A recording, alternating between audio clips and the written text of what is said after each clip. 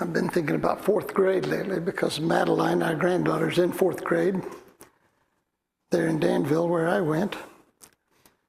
And I remember when I was in the fourth grade, one of my best friends was a boy named Joe Bryant, whose family rented a farmhouse southwest of Danville on Mackey Road. And he moved to our town at the start of the school year, and we became friends the very first week of school. His family only lived in Danville for 1 year. Then his father took a new job out of state, and they moved away. At least that's how I remember it. It was a long time ago. Gosh, 53 years ago. What I do remember is the first time I became aware of Joe. It was the first day of fourth grade, and Mrs. Conley asked us to stand and recite the Pledge of Allegiance. And Joe didn't, which I thought odd.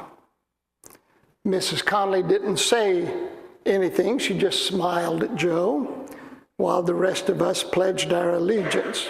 I loved Mrs. Conley. At recess, though, some of the boys started picking on Joe, calling him a communist for not reciting the Pledge of Allegiance. It didn't appear to bother him being called a communist, and I had heard about communists but had never met one in person. So was fascinated with Joe, was fascinated with him. I'd heard my father say that communists were from Russia. So I asked Joe where he had lived before moving to Danville, and he said Greencastle, which threw me off.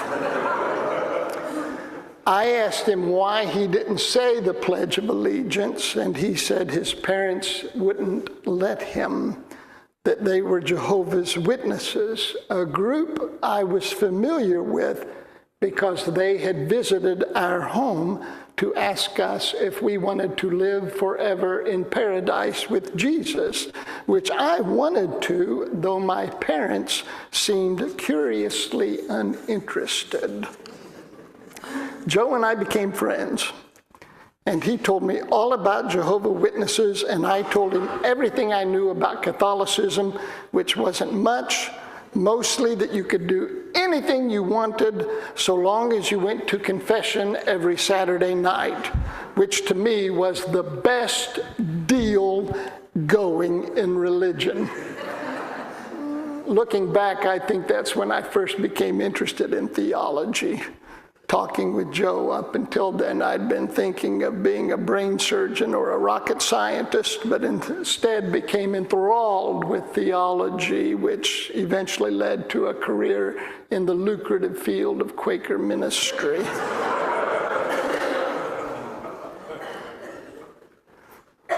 I eventually went to college, studied theology, and wrote my thesis about Jerry Falwell and the rise of the moral majority.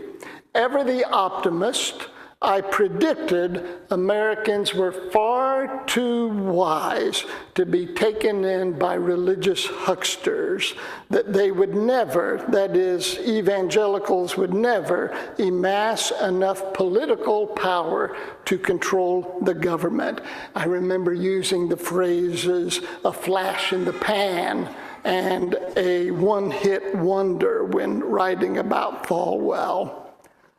Looking back, I downplayed Falwell's potential because I didn't want him to succeed. Too often, we dismiss the likelihood of those things we don't want to happen. Oh, that'll never happen, we tell ourselves. I'm not going to worry about that. When I was dating Joanne, I overheard Joanne's mother say to Joanne's sister, "Don't worry, she'll never marry him." Boy, I showed her. But I digress. We've been talking about the things early friends got right. And I want to end this series by talking about the early friends' refusal to tie their religion to a particular nation. We were more like Joe Bryant than we were like Jerry Falwell. When it was common to yoke religious movements to specific nations, Lutheranism to Germany, Roman Catholicism to Italy, the Anglican Church to England, Calvinism to Switzerland, various Orthodox churches to various countries. Quakers were careful never to link our movement to any one nation, king, or government. The world was our home, and not just one part of it. We pledged our allegiance to God, not to a government. This had its advantages and disadvantages. Lacking the support and protection of governmental powers, we were subject to persecution in almost every country we inhabited.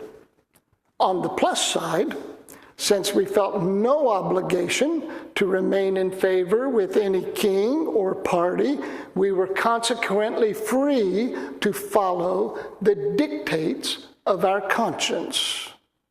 In her book, To Kill a Mockingbird, Harper Lee wrote, the one thing, now this is again, notice how we're continuing our tradition here of multimedia presentations.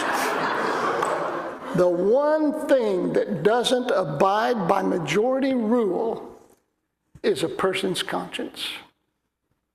The one thing that doesn't abide by majority rule is a person's conscience. When religion is married to nationalism, we will forever raise a moistened finger to the air to see which direction the wind is blowing. Our faith will live or die at the whim of a king or a president or party, remaining in their good graces only so long as we bend the knee or tug the forelock. The king's claim on us, the government's claim on us, is both incremental and insidious. It starts by asking for our commitment to a noble ideal, something to which we can readily give our assent. Some virtuous principle we can naturally and easily affirm, perhaps our pledge of allegiance to a nation and land we love. What could possibly be wrong with that? But have you noticed how often that affirmation of allegiance leads inexorably to calls of exclusion and violence? To love our nation more than other nations, our people more than other people, our freedoms at the expense of another's freedom, how it leads inexorably, inevitably to them and us. Before long, intoxicated with privilege, we commit the evils we deplore.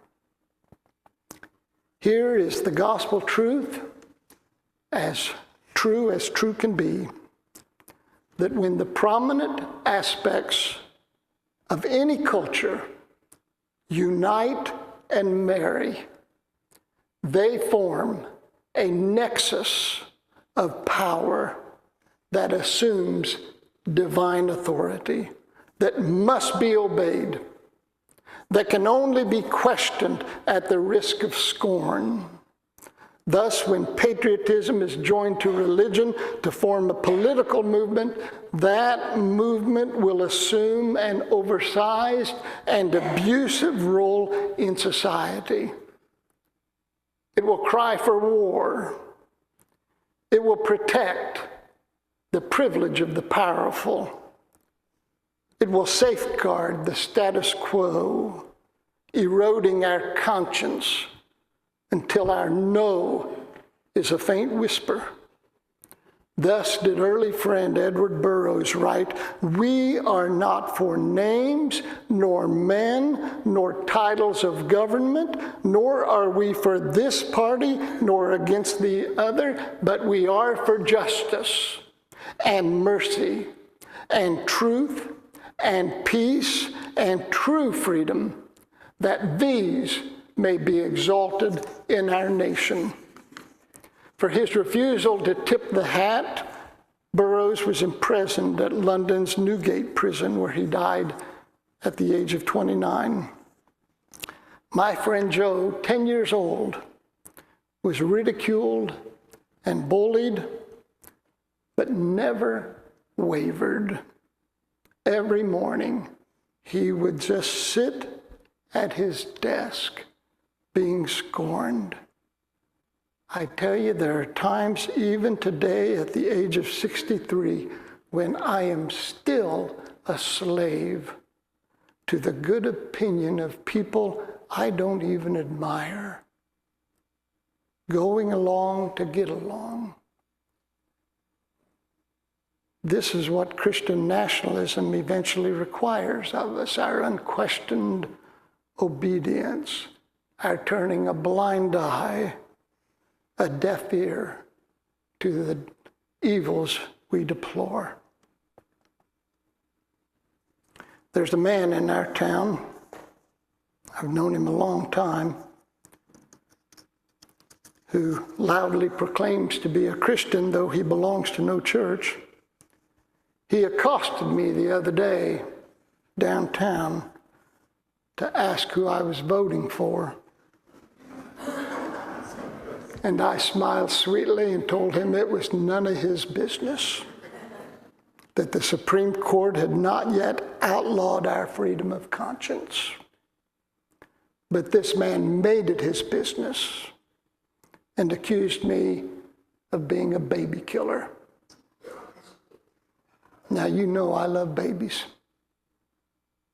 And you know also that I would never forbid a woman the freedom to make her own health care choices and decisions, difficult as those decisions might be. But this man, in the manner of bullies everywhere, presumed to tell me he spoke not only for the imponderable God of the infinite universe, but for real Americans. For real Americans. But friends, the one thing that doesn't abide by majority rule is a person's conscience. The start of our moral life begins when we say no to that which merits our no, and yes to that which deserves our whole and hearty yes. I never imagined, growing up when I did, that so many Americans would not only forfeit their own freedoms, but deny others theirs.